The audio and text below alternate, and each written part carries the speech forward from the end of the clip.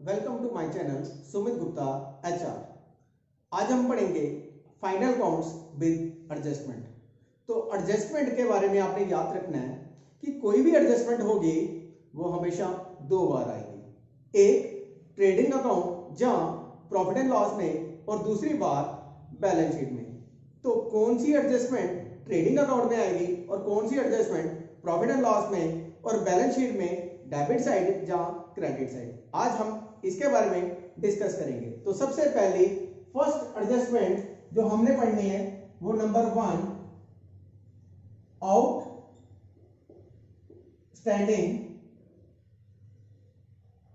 Balance due accrued और unpaid. ये 5 तरह की एडजस्टमेंट है जो मैंने आप लोगों को एक ही में सिखा देंगे। जब भी आउटस्टैंडिंग होगा, बैलेंस होगा, ड्यू होगा, जहां अक्योर्ड होगा, आपने क्या करना है? ऐड। क्या करना है आपने? ऐड। किसके साथ ऐड करना है? जिस ट्रांजैक्शन के साथ उसका रिलेशन होगा। जैसे यहां पे नंबर 1, आउटस्टैंडिंग वेजेस ₹500। यहां पे मैंने एक ट्रेडिंग अकाउंट बनाया। कौन सा अकाउंट बना दिया मैंने? Trading account. और यहां पे वेजेस की मैंने खुद से एक वैल्यू ले ली 5000। कितनी वैल्यू ले ली मैंने? 5000। अब ये क्या था? Outstanding wages ₹500। तो यहां पे वेजेस का इसके साथ कनेक्शन था, तो हमने क्या लिखा? Add outstanding wages. अमाउंट क्या किया? 500। और इनका टोटल किया और टोटल अमाउंट कहां लिखा? बाहर 5500। तो वेजेस कहां पे आता था? ट्रेडिंग अकाउंट में। सबसे पहले इसका ये क्वेश्चन आ गया। दूसरा, हमने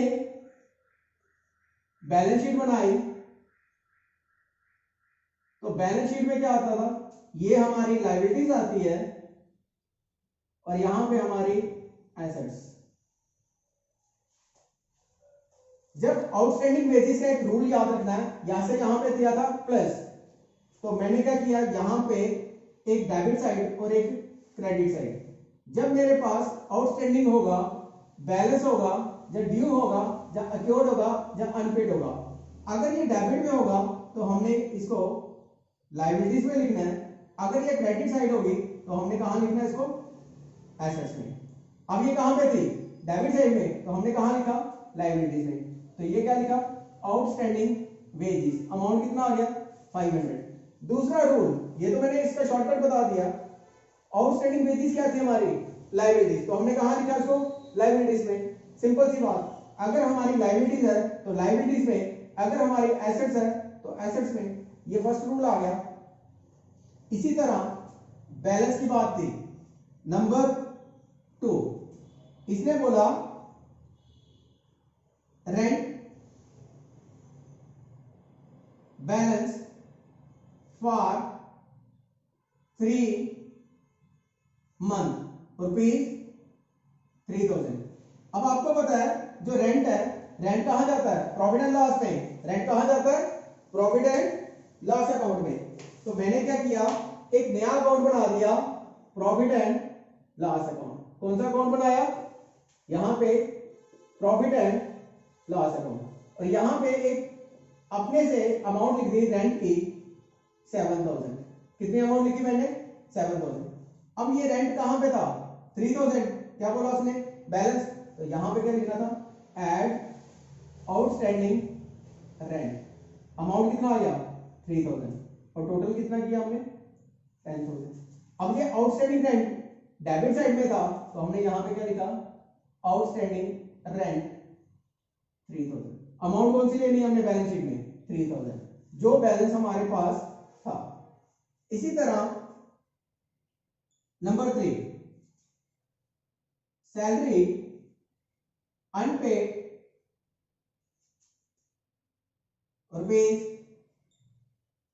₹7000। Salary unpaid ₹7000। तो यहां पे क्या लिखा? सैलरी हमारे पास यहां पे थी डेबिट साइड में 19 1000 और यहां पे क्या लिखेंगे एड आउटस्टैंडिंग जहां अनपेड अमाउंट कितना था 7000 टोटल किया यहां पे कितना आ गया 26000 और यहां पे लिखेंगे आउटस्टैंडिंग सैलरी 7000। इसी तरह अक्योर्ड की बात करते हैं। ये कहता है नंबर 4 कमीशन अक्योर्ड रुपीज 5500। अब जो कमीशन थी ये क्रेडिट साइड में थी हमारे पास। कहां थी हमारे पास क्रेडिट साइड में। ये थी 12000 और यहां पे लिखेंगे add accrued commission amount given था 5500। इसका टोटल किया हमारे पास आ गया 17500। अब क्या अक्योर्ड कमीशन कौन सी साइड है क्रेडिट साइड तो यहां पे लिखना हमने एसेट्स में अक्योर्ड कमीशन 5500। इसी तरह जब हमारे पास ड्यू था यहां पे हमने लिखा balance next interest due rupees 1200। क्या लिखा इंटरेस्ट ड्यू रुपीज 1200। तो हमारे पास इंटरेस्ट डेबिट साइड में था to interest 7000 at due rent amount कितना था 1200। हमने क्या किया इसको ऐड किया टोटल अमाउंट कितना आ गया बाहर 8200 और यहां पे लिखेंगे रेंट ड्यू अमाउंट 1200। तो ये हमने पढ़ा आज सबसे पहले आउटस्टैंडिंग बैलेंस ड्यू अक्योर्ड और एनपेड। जब भी होगा तो हमने क्या करना है यहां पे ऐड। और अगर ये डेबिट साइड होता तो हमने कहां लिखना है लायबिलिटीज में। अगर क्रेडिट साइड होगा तो कहां जाना हमारा एसेट्स। अब इसके बाद नंबर 2 पे हमारी जो एडजस्टमेंट है वो नंबर 2 पे कौन सी है। नंबर 2 पे हमारी जो वर्किंग नोट है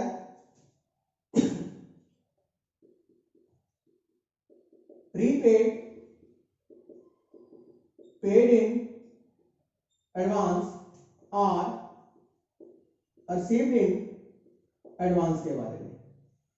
तो आपने रूल याद रखना है जब भी प्रीपेड पेड इन एडवांस या रिसीव्ड इन एडवांस होगा तो आपने क्या करना है इसको माइनस सब्ट्रैक्ट करना है। क्या करना है इसको सब्ट्रैक्ट। और इसका रूल याद रखना अगर ये डेबिट साइड होगा तो हमारे पास एसेट्स में जाएगा। अगर ये क्रेडिट साइड होगा तो कहां जाएगा लायबिलिटीज में। डेबिट होगा तो एसेट्स में क्रेडिट होगा तो लायबिलिटीज का। इसी के लिए एक फॉर्मेट और बना लेते हैं हम।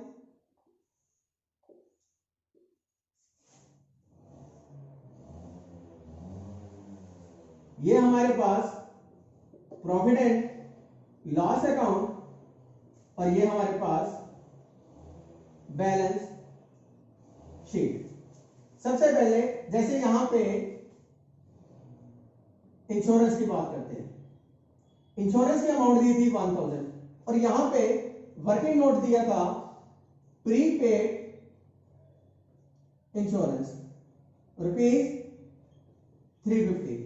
प्रीपेड इंश्योरेंस कितना बोला 350। तो मैंने क्या सिखाया जब प्रीपेड होगा तो क्या यूज करना आपने माइनस। आपने क्या लिखना यहां पे लेस प्रीपेड इंश्योरेंस 350 माइनस किया अमाउंट कितना आ गया यहां पे 650। अब ये प्रीपेड कहां पे था डेबिट साइड तो आपने कहां लिखना है एसेट्स में। बैलेंस शीट में कहां लिखोगे आप एसेट्स में प्रीपेड इंश्योरेंस 350। फिर इसके बाद जैसे यहां पे बोला commission received in advance rupees और 1000 और कमीशन हमारे पास क्रेडिट साइड में गिवन दी थी। कमीशन क्रेडिट साइड में थी 7000 तो हमने क्या करना है यहां पे less commission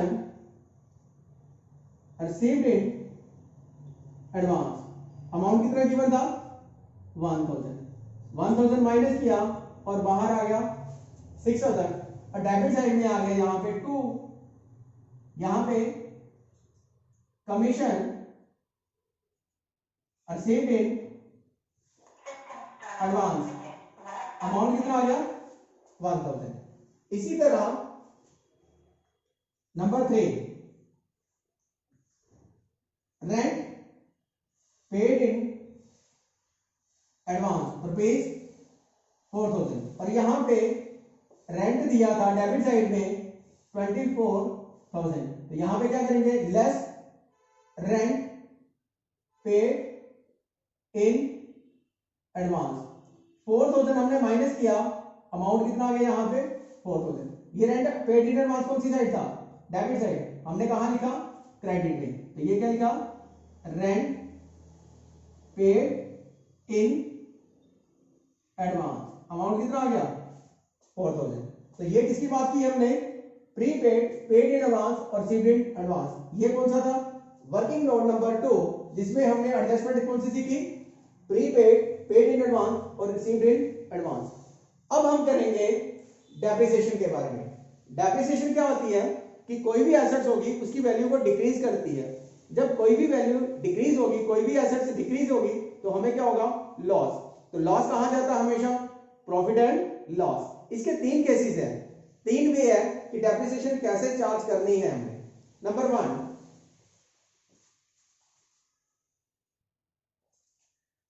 depreciation on fix assets.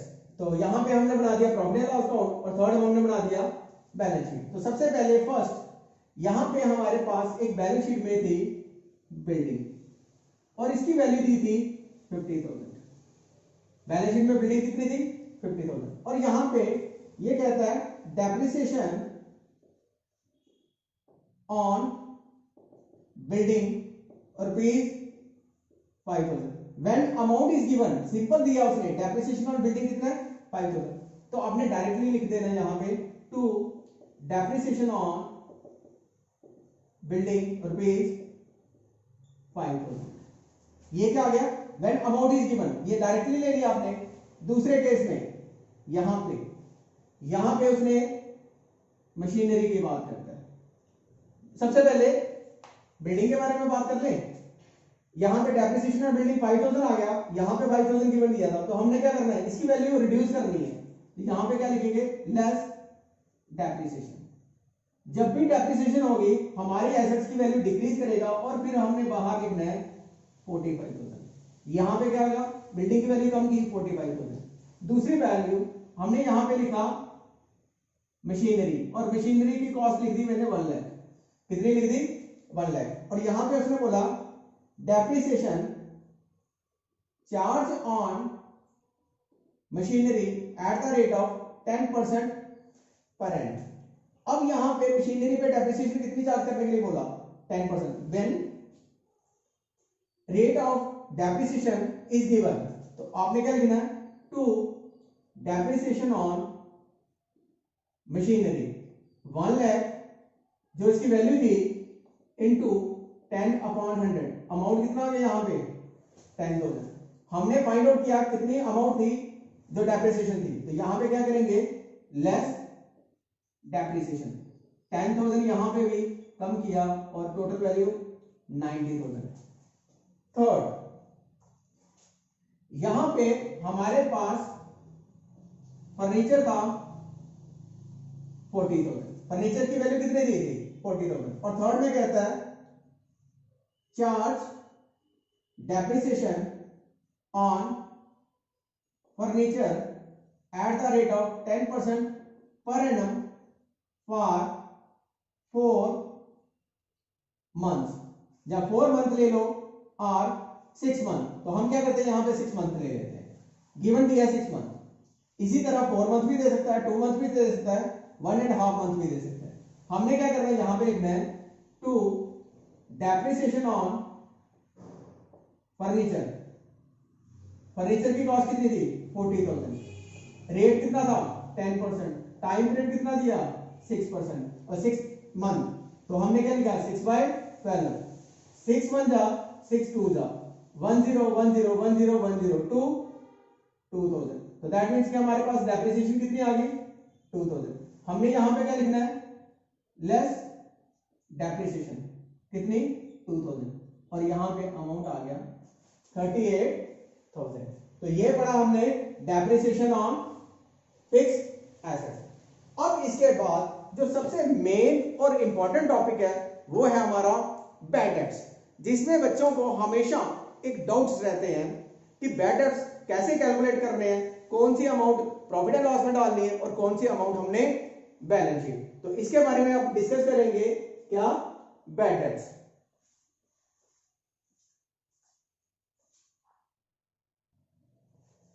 तो सबसे जो मोस्ट इंपॉर्टेंट टॉपिक है वो है हमारा बैड डेट्स। बैड डेट्स में बच्चों को हमेशा प्रॉब्लम आती है, जैसे यहां पे ये हमारी एसेट्स है और यहां पे गिवन दिया था सन्ड्री डेटर्स, और सन्ड्री डेटर्स की अमाउंट दी थी 1 लाख, ये गिवन दिया था, राइट। और डेबिट साइड में यहां पे बैड डेट्स के बारे में दिया था, ये आ गया बैड डेट्स, और मैंने लिख दिया वर्किंग नोट नंबर 1। यहां पे बैड डेट्स के बारे में बात करनी थी और यहां पे मैं वर्किंग नोट बना रहा हूं नंबर 1। यहां पे हमारे पास बैड डेट्स गिवन दिया था और रुपीज 5,000।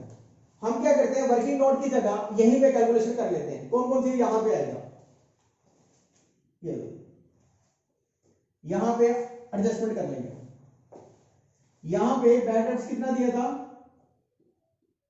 500, और ये सभी डेटर्स, और हमारे पास नंबर 1 एडजस्टमेंट गिवन दिया था फर्दर बैड डेट्स रुपीज 1000। ये क्या दिया था, first adjustment further bad debts rupees 1000। आपने क्या करना है, जो सन्ड्री डेटर्स है यहां से माइनस करना है, लेस बैड डेट्स।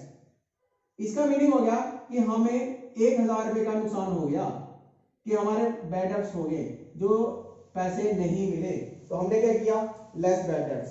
तो ये वाले बैड डेट्स जो यहां पे लेस करेंगे तो यहां पे ऐड करने, यहां पे ऐड न्यू बैड डेट्स। इसका मीनिंग हो गया 500 ऑलरेडी थे, 1000 और हो गए, इन दोनों को टोटल किया, हमारे पास आ गया 1500।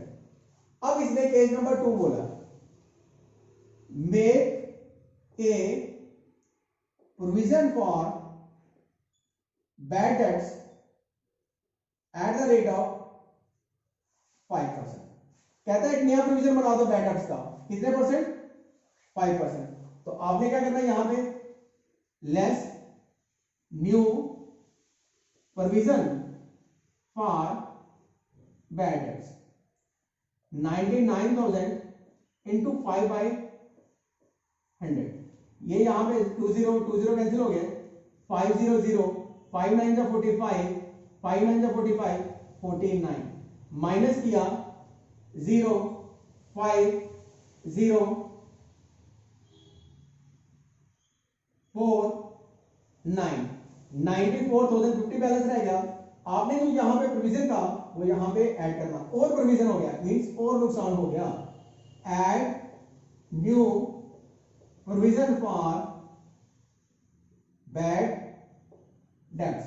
अमाउंट कितना दिया 4950, आपने इसको ऐड किया 0546, यहां पे क्या आ गया 6450, और ट्रायल बैलेंस में गिवन दिया था, ट्रायल बैलेंस में क्या दिया था, प्रोविजन फॉर बैड डेब्ट्स, और अमाउंट दिया था वहां पे 2000 गिवन दिया था, कहां पे दिया था, ट्रायल बैलेंस में। तो आपने क्या करना है, यहां पे less old provision for bad debts.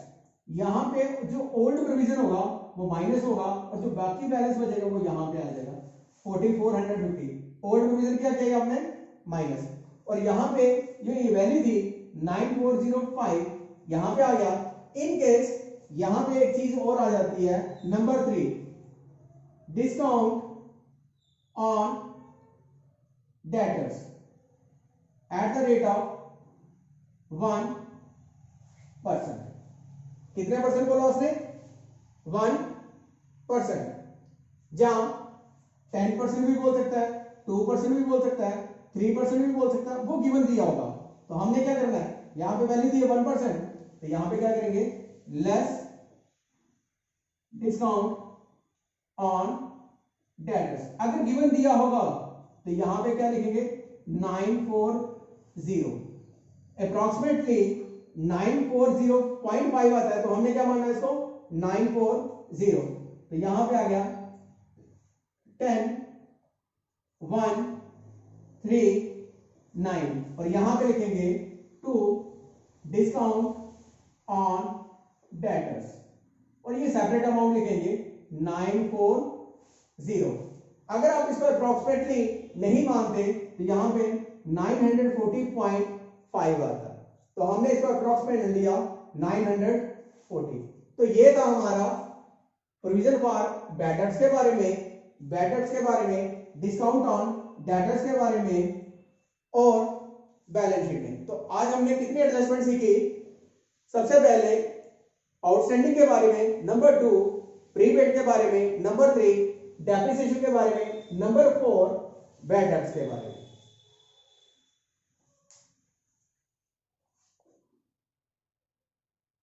Like a Hellcat.